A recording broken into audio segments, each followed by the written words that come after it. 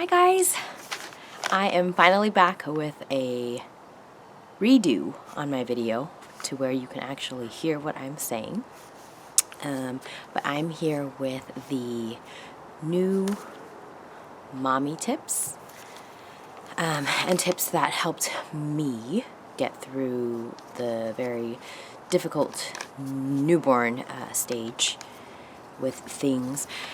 And in no way am I trying to say that this is the only way to do things, but it's what worked for me and my baby. My son is now 14 months old, and yeah, so let's get right to it. So tip number 1 is to let baby sleep. And you're gonna, it's gonna be drilled into, especially at the hospital, to wake your baby up every 2 to 3 hours to feed them. And that happened with my son where, like, the nurses would come in if he didn't feed, or even if he was sleeping, and would say, hey, he needs to nurse. In my head, I was like, but he's asleep. You know, babies will know when they're hungry. And that's true. That's true. They know. And they'll let you know. Sorry. They will let you know when they are hungry. So let them sleep. They'll wake up and start making noise, and then you can nurse them. And tip number 2. Okay, so tummy sleeping. This is another controversial issue. And as a baby, I was put on my stomach when I slept, and that was no issue. Of course, you have to use common sense where you don't put anything down around baby that can suffocate them. Yes, of course. But with supervision, baby is able to sleep on their stomach. I did that with my son as soon as we got him home from the hospital, and it's fine. Just supervise and make sure that there's nothing in the crib or bassinet or whatnot that can suffocate him. So keep the sheets nice and flat, no pillows, no blankets, no stuffed animals, and you should be fine. Tip number 3. Ooh, okay. So I highly recommend you start having your baby sleep on their own in a crib early on, as opposed to co-sleeping. And I know it's very easy to do when you're nursing, breastfeeding. And you're like, oh, it's, baby can just be right there, and I can just, roll over and nurse. However, in the long run, I think it would be harder to transition baby from co-sleeping into his or her own crib. With my son, I had him sleep in his own crib from when we got home from the hospital. And he's still sleeping in the crib, and he sleeps just fine through the night. So, yeah, early on, baby in crib, sleeping on his or her own. Tip number 4 is, ask for help when you need it. You are not alone in this journey. There are billions and billions of mothers out there. And I'm sure you have friends and family that has been through it. So when you need help, ask. You are not alone. It's such a relief to be able to reach out to other moms because they've been through it, And so yes, ask for help when you need it, or even with your spouse. If you need them to, even with a simple task, if you just need them to make you a glass of water or something to eat, a little back massage, just something, ask.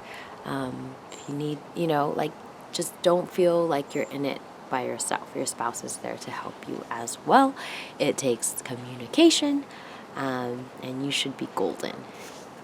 Tip number 5. This is one that I somewhat still struggle with, but I've definitely gotten better. In the beginning it was hard, but I'm getting better at it. So it would be to lower expectations on chores. For example, in the beginning of the day, you know, you want to try and accomplish as much as you can. With a newborn, oh, forget about it.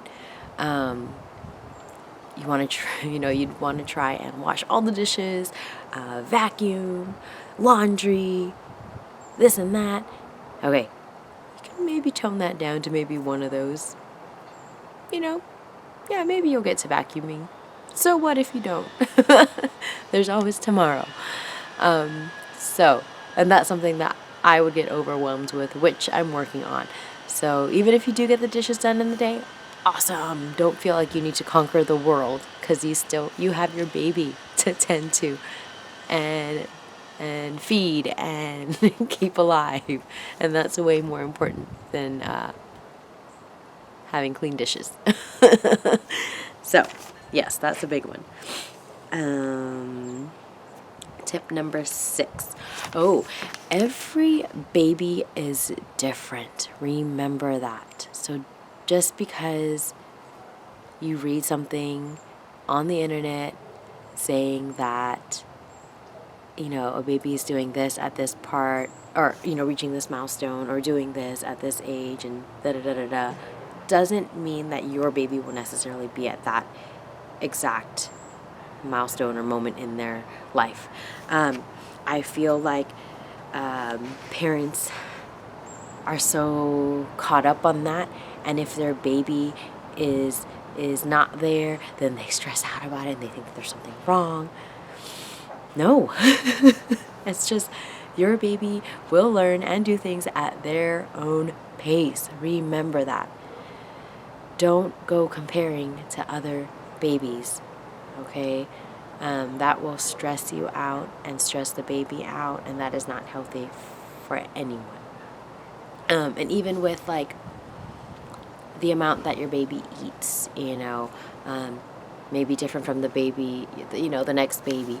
So your baby, you know, and they'll have their own appetite, their own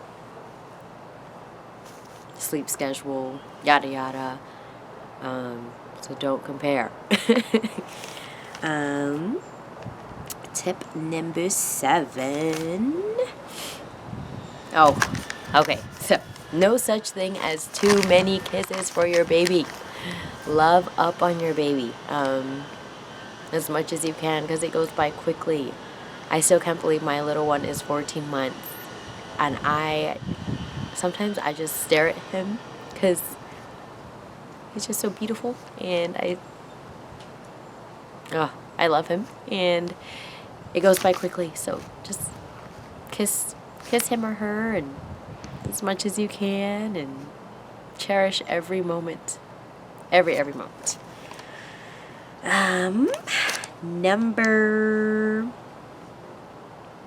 Do I have a tip number 8? Oh, maybe it was just 7. Okay, so 7 new mommy tips that, you know, helped with me. Oh, okay, so just a side note. Oh my goodness, I am so blessed to have the amount of support and friends and family that I do. I was able to have a bunch of baby clothes and gadgets given to me. So hand-me-downs, I thumbs up it all the way.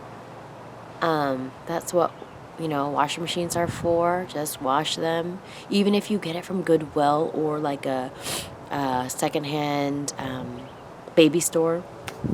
Oh, thumbs up. Hand-me-downs. Oh, I'm all about it.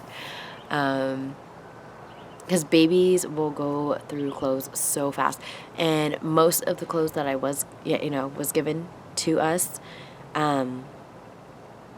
he didn't even wear. So, one, because there's just so much. And then you find out that there's certain clothes that you tend to put him or her in more because of the ease of, you know, getting it open to get to the diaper, things like that. But yes, hand-me-downs. Yes. yes, I'm all about it. So, anything else? Oh, okay. Following a C-section, because I had a C-section, it is, oh my goodness, so recommended to have high-waisted underwear. In the hospital, you're going to get like those hospital type, thin, and I don't even know what they're made out of, but thin, high-waisted. Those are comfy, yes. But when you get home, I recommend investing in high-waisted underwear, because it's so much more comfy, and then you don't have to worry about the elastic band rubbing on the incision. No. So yes, high-waisted underwear, leggings that you can pull up over the incision, or even still your maternity pants. I wore mine for months after my baby was born. So yes. I can't think of anything else, but I hope these tips helped, and I just want to encourage all you new moms out there and moms to be that it's a wonderful journey. You will learn so much about not only your baby but yourself as a person, as a mom, and you can oh my goodness, this journey empowers you so much, and so all the power to you. And yeah, I hope this video was helpful. If you have any other questions, feel free to message or comment below. But thank you for watching, and hopefully I'll come up with another video here soon. Bye.